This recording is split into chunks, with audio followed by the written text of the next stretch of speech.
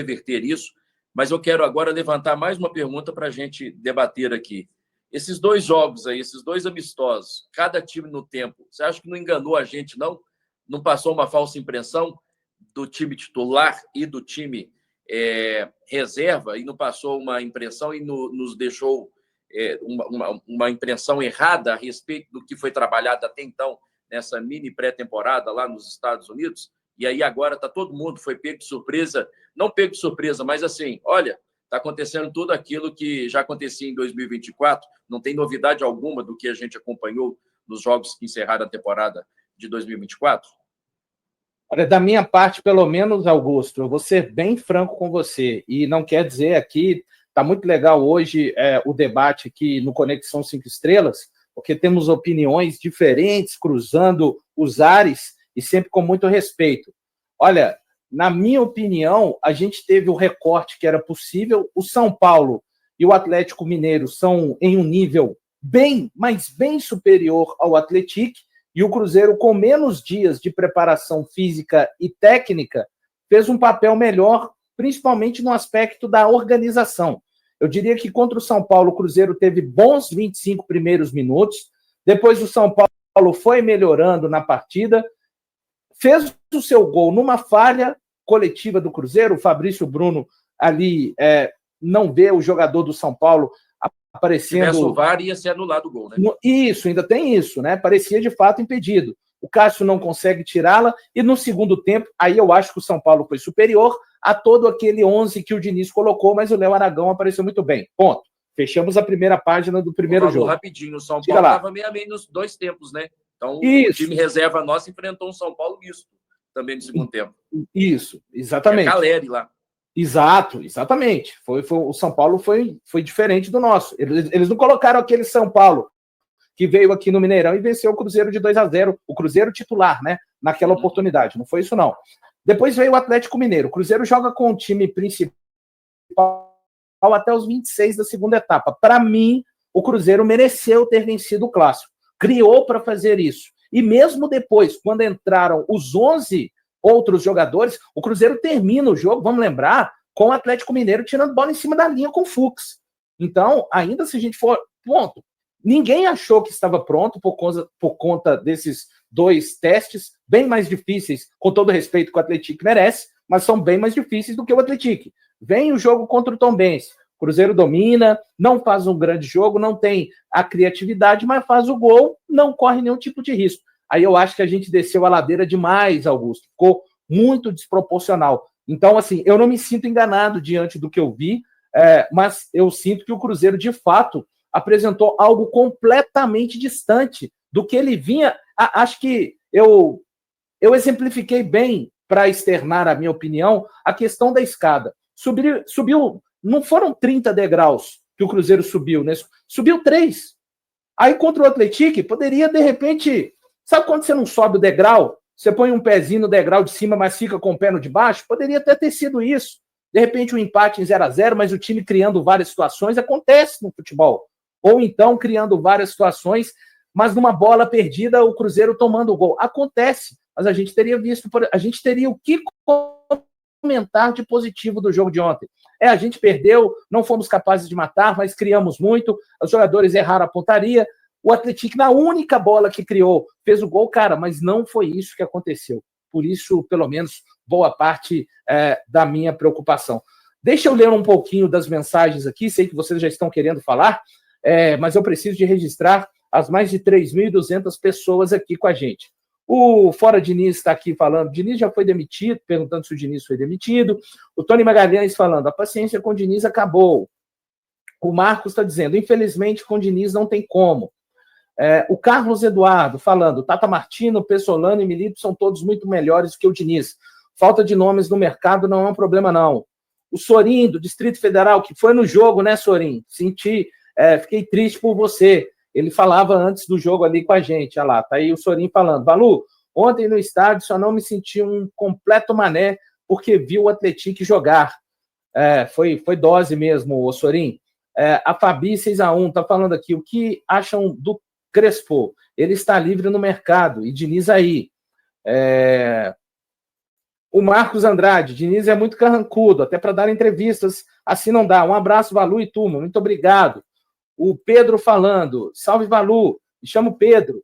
Teria como você mandar um salve para o meu pai, o Tiago, por favor, somos muito fãs de você. Ô, Pedro, muito obrigado aí pela audiência aqui na Samuca TV, com todos nós, e um abraço aí para o seu pai, que é meu xará, valeu.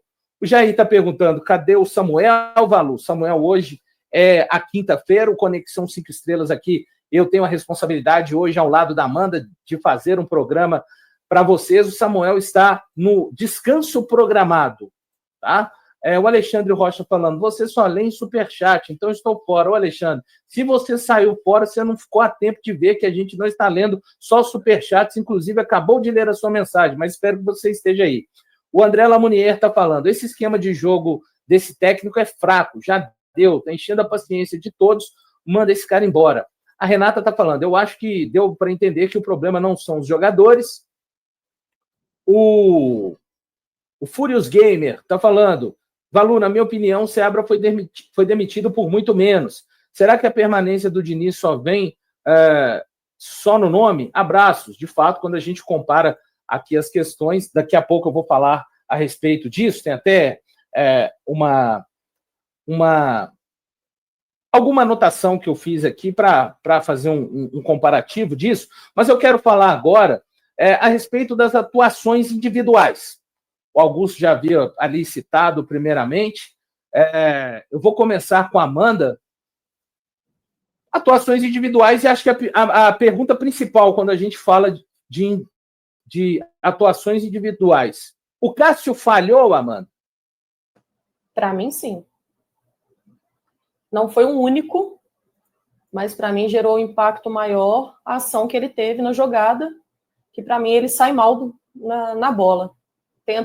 Acho que ele nem tenta, viu, Valu, cortar. Eu acho que a maneira que ele sai, entendendo que sim, que houve um desvio, mas o tempo de reação dele não foi compatível com a necessidade da jogada. Então, para mim, foi uma falha, sim, de um goleiro. E aí, Flávio? Fique à vontade para falar, assim, né? O tema agora é atuações individuais, né? Mas é claro que a pergunta principal em termos de atuações individuais é a respeito do Cássio. Você pode ficar à vontade para falar de alguma outra que você não gostou e de alguma, caso você tenha gostado. Não, em relação ao Cássio, eu concordo, né, com a Amanda. Felizmente, o Cássio falhou, né? Ele tinha que ter cortado aquela bola ou ficado no gol, que aí ele defenderia a bola que viesse, né? Ou pelo menos tentaria defender a bola. O que acontece? Quando ele não alcança a bola, o jogador que está posicionado atrás não está esperando essa falha. Esse é o problema. Eu coincidentemente, joguei futebol no gol, né? Então, a gente sabe exatamente qual é o problema de um cruzamento onde você sai, a zaga se posiciona acreditando que você vai pegar aquela bola, e o Fabrício Bruno, como a bola passa, ela esbarra nele e entra. Então, é uma falha, assim, e o melhor era que ele reconhecesse, né? Infelizmente, parece que não tem sido a postura dele de reconhecer essas falhas, já aconteceu lá contra o Racing também, infelizmente, né? E o William também, né? Vamos avaliar aqui também o trabalho do William. Desde que ele voltou da seleção brasileira, ele teve uma queda de rendimento absurda, né? O William era um jogador que ajudava na marcação, mas que ele saía, né? E o melhor exemplo é aquele gol contra o Fluminense, que ele pega a bola, conduz, dribla o último marcador, entra na área, faz um golaço, e esse William sumiu. Eu não sei se a gente pode acreditar esse fato, né, ao estilo de jogo do Diniz, porque está mais marcada essa queda de rendimento do William no período do Diniz, mas já com o Seabra também foi um período de queda, não só do William, né, mas do time todo, que depois, né, o Valu tem uma frase, né, uma colocação desde o ano passado, que o último jogo do Cruzeiro mesmo foi contra o Botafogo, depois o Cruzeiro não jogou mais no ano passado. Então, o time caiu depois daquele 31 de julho de 2024 e o William também. Mas o William eu acho que essa queda do William tem sido muito mais destacada do que de outros jogadores. E aí, Carlos, o William? Eu acho que o Cássio foi o principal erro do gol foi do Cássio. Não tem como ele se negar a assumir essa responsabilidade. E não foi a primeira falha dele. Eu até acredito que no jogo contra o São Paulo, eu não boto muito a culpa nele, não. Mas na final contra o Racing, foi outro cruzamento que ele não conseguiu defender. Então, assim, ele tem que saber que ele não vem no Cruzeiro passar férias, não. A gente estava comentando num grupo que a gente tem aqui, até mandar um abraço para o pessoal do Água Celeste. Infelizmente, o jogador que ele tem que é muito reconhecido, ele podia saber separar as coisas, sabe? Saber receber a crítica, saber receber elogio. Só que no momento de crítica, ele se querer se esquivar de qualquer tipo de crítica, isso aí não é legal. E eu vou acompanhar o Flávio também sobre o William, que infelizmente depois da volta da seleção ele nunca mais foi o mesmo jogador e até pouco tempo era o principal não, mas um dos principais jogadores do Cruzeiro. E ele está irreconhecível. Infelizmente, não dá para saber o que aconteceu. Só que ano passado a gente tinha na reserva o Gasolina, então para ele estava confortável, porque ele sabia que o Gasolina não ia jogar, provavelmente. Jogou pouquíssimos jogos. Só que agora vem o Fagner, que dos reforços que chegaram foi um dos mais criticados, mas até então, nesse início, foi o que mais demonstrou a possibilidade de ser titular do Cruzeiro. Um cara que eu queria destacar também aqui é o Romero, que é diferente dos outros jogadores. É o cara que demonstra raça, que demonstra uma técnica um pouco diferente. Então, para destacar nesse início de temporada, eu destaco apenas o Romero. Vamos lá. Eu quero pontuar aqui, eu não sei se vocês perceberam, tudo bem, teve uma falha técnica por parte do Cássio. Eu estou parecendo aqui o advogado do diabo, né? Mas, assim, é porque início de temporada eu gosto de aguardar, não é?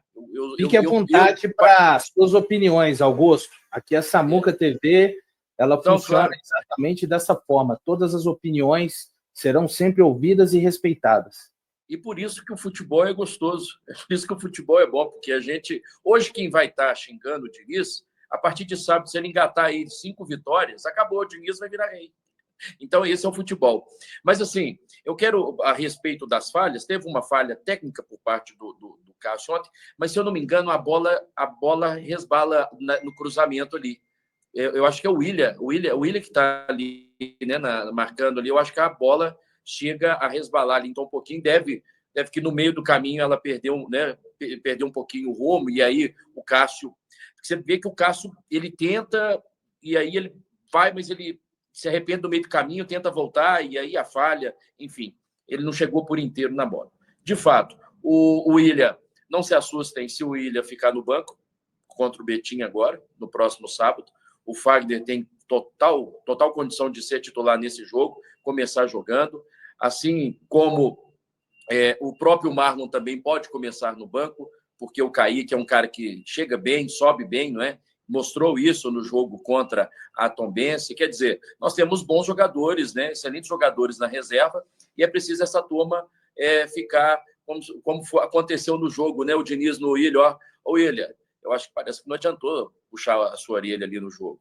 E ontem totalmente displicente. Eu acho que ontem foi um jogo, não vamos dizer atípico, mas ontem ninguém entrou em campo, essa é a grande verdade, o resumo foi esse. Se for para a gente pontuar hoje aqui, né, a gente seguir pontuando os erros, acho que todo mundo colaborou com um pouco. E o resultado foi o que nós vimos. Né? Um gol contra, um gol desastroso, né? Algo terrível, como eu já disse agora há pouco aqui, numa situação de que, lembrando aqueles jogos, aqueles gols espíritas, né, dos adversários na Série B, enfim, até mesmo em 2023 a gente passou por algumas situações semelhantes, de alguns jogos terríveis mesmo, assim, assustadores, de deixar o torcedor de cabelo em pé. Mas eu acho que, talvez, se for para fazer já um experimento, o jogo contra o Betim, dentro de casa, com o apoio da torcida, eu não vi parcial saindo. Eu não sei se já passou dos 20 mil. Até ontem estava só 15 mil, né, torcedores. Foi a última parcial que eu vi também, Augusto. Pois é, então, assim, vamos o torcedor, acho que... vamos lá, gente, eu sempre vou ser otimista, a ter aqui a convicção de que o próximo jogo vai ser melhor, de que as coisas vão evoluir. A gente precisa ter isso em mente e não queimar o time na largada. Assim. A gente está muito na largada. É o terceiro jogo agora, o próximo sábado. Então, a gente questionar e a todo momento pontuar algumas falhas técnicas que estão acontecendo com o time, tá tudo certo, faz parte do jogo. Mas eu acho que essa coisa de sair queimando o jogador não é legal, né? Não é legal. O torcedor acompanha, aliás, o jogador acompanha as redes sociais, né? O media training vai passar, o assessor vai lembrar, olha, estão citando você ali. Isso chega para o jogador. Pois o Diniz não falou que estava sabendo de rumores na última coletiva, no ano passado, de que ele estava prestes a deixar, que muitas pessoas sabiam até mais da vida dele do que ele mesmo. Então, quer dizer, o cara tem informação, o jogador tem informação, a comissão técnica tem informação. Agora, eu tenho certeza aqui de que o Pedrinho certamente não está satisfeito com o que está acontecendo neste momento.